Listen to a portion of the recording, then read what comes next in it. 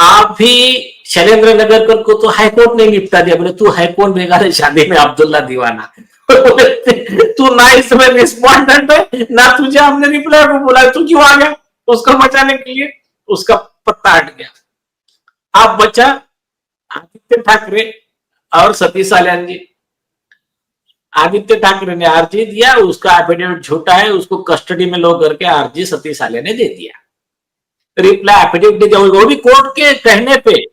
हमने कोर्ट में डिस्कशन हुआ, हमने गडकरी साहब को क्लियर कहा, मैंने कहा इन्होंने रिप्लाई मुझे आरसी देना इनका एफिडेविट आदित्य ठाकरे का, मैं आज रिप्लाई देता हूं और इसको रिजाइंडर वगैरह जो फाइल करना है अगले डेट के पहले कर ले, टाइम पास ना करे। तो फिर हमने उनको हमारा रिप्लाई एफिडेविट दिया। 11 दिन से कोई जवाब नहीं आता। 11 दिन कब कंप्लीट हो गए थे? 15 तारीख को। आज की डेट कितनी है? 21। मतलब अभी 21। हाँ, तो अभी 17 दिन हो गए। तो हमने 11 तारीख को नोटिस दे दिया कि आज का तुम्हारा लास्ट चांस हमारी तरफ से, आप इसके बाद में हम ऑब्जेक्शन लेंगे। मैं तो बोलता हूं ये कल बोले कि मैं देता हूं एफिडेविट, बोला अच्छा एफिडेविट अभी दे, मैं अभी आर्ग्यू करता हूं, तो वो कोई विषय नहीं है। तो ये इनके जितना था उसको क्या बोलते, घुमाने का, गुमराह करने का जो प्रयास था, ये सारा एक्सपोज हो गया। अभी की अदालत में, खास करके कोर्ट में निर्णय जब होगा तब होगा। आज जनता की अदालत में ये बात क्लियर हो गई है कि इन लोगों के पास में कुछ नहीं है, ये सिर्फ सत्ता की जो पावर थी, इनका जो रुतबा था, करप्ट पुलिस वाले जो इनके साथ में इन्वॉल्व थे क्राइम में, ड्रग्स के बिजनेस में हफ्ता वसूली वाले गुंडे लोग और वो गुंडे पुलिस वाले, इन सब के भरोसे, और वो दलाल पत्रकार जो इनके टुकड़ों पे पलते हैं, इन सब के भरोसे ये सब इनकी दुकानदारी चल रही थी, बाकी कुछ नहीं है इनका। तो इनके पास कोई डिफेंस नहीं था।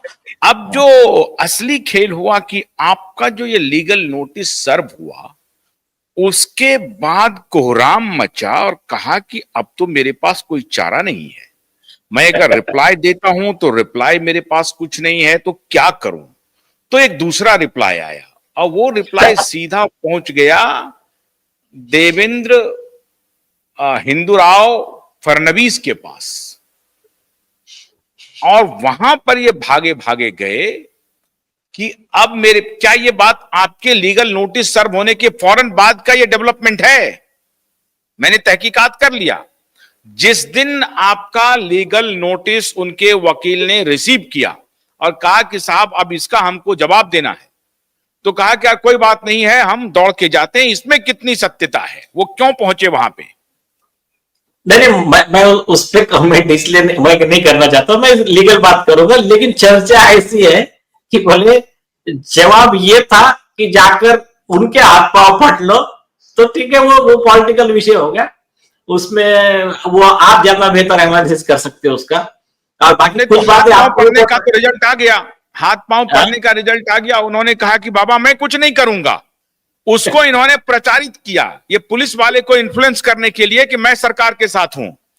असली खबर हमें आ रही है अभी पॉलिटिकल गैलरी से कि इन्होंने देवेंद्र फडणवीस के साथ की जो मुलाकात है उसको इन्होंने इसलिए लीक किया ताकि ये जो शैलेंद्र नगरकर जैसे पुलिस ऑफिसर जो कि अभी फंसने वाले हैं, जिसको अभी आप जेल भेजेंगे, तो अब उनको कहे कि नहीं नहीं देखो सरकार तुम्हारे साथ है, हम सरकार के साथ हैं, और देखो सरकार का मुख्यमंत्री हमसे मिल रहा है। नहीं, पर आप सुनिए, अभी किसके कुछ कहने से कुछ नहीं होने वाला, बहुत सिंपल है। अभी मामला जज साहब के हाथ में है, वो जज साहब के हाथ में है और लाइव टेलीकास्ट है। और एक लोगों के मन को और एक बता देता हूं, हाँ। इसका बहुत जल्दी डेट भी लगने वाला है, चिंता मत करना, कुछ चल रहा है, बहुत अच्छा डेवलपमेंट चल रहा है, अभी नहीं बताऊंगा, नहीं तो वो लोग पहुंच जाएंगे। कोर्ट में चल रहा है अच्छा डेवलपमेंट, मैं बताऊंगा नहीं अभी, लेकिन ये मान के चलो बहुत जल्दी डेट लगने वाला है, डेट लग जाएगा। हाँ, वो मैं 2-3 दिन में खुलासा करूंगा उसका। तो एक इम्पोर्टेंट, हाँ बोलिए। तो क्या है अभी एकदम क्लियर, ये हमारा एफिडेविट, ये पहले उनका एफिडेविट, उसके ऊपर हमारा एफिडेविट, ये सुप्रीम कोर्ट का जजमेंट, और ये इसी सरकार का एक एफिडेविट, और इसी सरकार के एफिडेविट पे ये सुप्रीम कोर्ट का जजमेंट है। इतने 4 बातों पे अभी आर्गुमेंट होगा। लॉ के हिसाब से, मेरा जितना नॉलेज ऑफ लॉ है उसके हिसाब से अभी चेक एंड मेट केस है एक। दूसरी चीज, दिशा के मर्डर का और सामूहिक अत्याचार का केस बाद में चलेगा। पहला तो हियरिंग होगा आदित्य ठाकरे, उसका वकील राहुल आरोटे और उसका सीनियर वकील सुदीप पासपोला। ये तीनों को कस्टडी में लेने का कि नहीं लेने का, कि डायरेक्ट वो प्रोसिक्यूट, इस पे आर्गुमेंट है पहला डायरेक्ट। और वो हाईकोर्ट, उसमें क्या होता है, उसमें हाईकोर्ट खुद कंप्लेनेंट बनता है, क्योंकि फ्रॉड हाईकोर्ट के साथ हुआ है ना। और उसमें शैलेंद्र नगरकर भी है और एक सरकारी वकील भी है। तो उसमें क्या होता है, और आपकी जानकारी के लिए और एक बता दूं सारे जनता के लिए, 2019 या 19 का ही है, शायद 18 का है, मैं आपको एग्जैक्ट डेट बता रहा हूं। मैं इसी गडकरी साहब के बेंच पे एक आरोपी की तरफ से आए थे, यही एडवोकेट सतीश माने सिंह साहब, जो जिसके ये है ना अपने रिया के वकील। हाँ, और वो हस्बैंड की तरफ से थे और वाइफ की तरफ से मैं था। वहां पर एक झूठा एफिडेविट दिया गया और उसकी एंटीसिपेटरी बेल मांग रहे थे। तो मैंने सारा जो पॉइंट आउट किया सारी चीजें, उसके बाद में इन्हीं गडकरी साहब ने उसका बेल रिजेक्ट किया और उनका वो जो क्लाइंट था वो जेल में गया। बाद में उसके ऊपर ऑर्डर हुआ कोर्ट को गुमराह करने के प्रोसिक्यूशन का। रजिस्ट्रार को बोला गया आप कंप्लेंट बन के केस रजिस्टर करो। बाद में वो कंप्लेंट के बारे में सुप्रीम कोर्ट ने बोला थोड़ा प्री मैच्योर था, वो विषय अलग है, लेकिन वो जो उनका क्लाइंट था वो जेल में चला गया था। तो देखिए यहाँ ये लॉ जो रहता ना, लॉ बहुत यह है अलग चीज। यही आम जनता को समझने की बात है कि लॉ की क्लैरिटी रखिए। और अभी जो नीलेश जी कह रहे हैं, आपने एक बहुत इंपॉर्टेंट बात कही कि दिशा और सुशांत का तो मामला बाद में आएगा। अभी जो उन्होंने एफिडेविट दिया है माननीय आदित्य ठाकरे जी ने और उनके वकील साहब ने और शैलेंद्र नगरकर और पब्लिक प्रोसिक्यूटर ने, तो ये अभी चारों का हियरिंग आप ले रहे हैं कि नहीं, हम अभी बाद में बात करेंगे, पहले एफिडेविट पर बात कर लेते हैं। इसका मतलब आप ये कह रहे हैं? नहीं, वो करना ही पड़ेगा, लॉ है उसका। सुप्रीम कोर्ट ने क्या कहा है, इकबाल सिंह मारवा का कॉन्स्टिट्यूशन बेंच का जजमेंट है, उसमें 5 जज बेंच का वो जजमेंट है, और बॉम्बे हाई कोर्ट का दूसरा जजमेंट है यूनियन ऑफ इंडिया का। तो उसमें आर्मी के अधिकारियों पे ऐसे ही फ्रॉड ऑन कोर्ट का केस चला था। खुद मैंने आर्ग्यू किया, मेरे नाम से रिपोर्टेड जजमेंट है, union of India versus Harish Milani करके। तो उसमें क्या लॉ क्या कहता है कि जब कोर्ट से फ्रॉड हो गया, अभी देखो बहुत सिंपल लॉ है, और ये लॉ को अगर फॉलो करेंगे ना, बहुत जल्दी रिजल्ट आते हैं। जो ऐसे सालों साल चलने वाले केसेस है ना, वो तुरंत रिजल्ट आते हैं उसमें। तो वो लॉ क्या कहता है?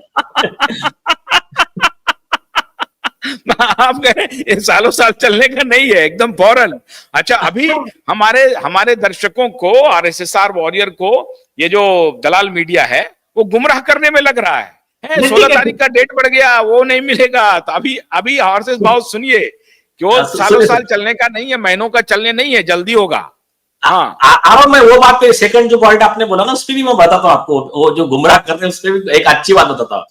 तो पहला पॉइंट, सुप्रीम कोर्ट ने और उसमें क्या बोला है, जो मैंने जजमेंट लिया है जिसमें लॉ बना है, और आप ही के नाम से अर्लियर रिपोर्टेड जजमेंट है, उसको भी सही करते चलिए। हाँ, बहुत बढ़िया। हाँ, उसमें क्या कहा है, और मैंने बुक लिखा है इस पे, परजरी पे, 340 पे, कंटेम्प्ट पे मैंने बुक लिखा है।